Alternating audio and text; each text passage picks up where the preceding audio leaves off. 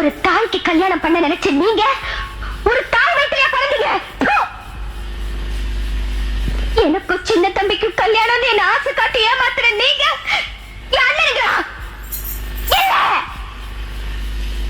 வாழ்ந்த நான் சின்ன தம்பியோட தான் வாழ்வேன். இல்ல, இதே இடத்துல நான் பணமாவேன். நான் பணமான பிறகு உங்க பணம், உங்க நகை, உங்க பட்ட விரிப்பு, உங்க ஆடம்பரம், உங்க செல்வாக்கு எல்லாத்தையும் மண்ணோட மண்ணா போட்டு என்னோட புதைச்சிருங்க. போங்க, எங்களை மன்னிச்சிரு. இனிமே நீயே கூப்பிட்டாலும்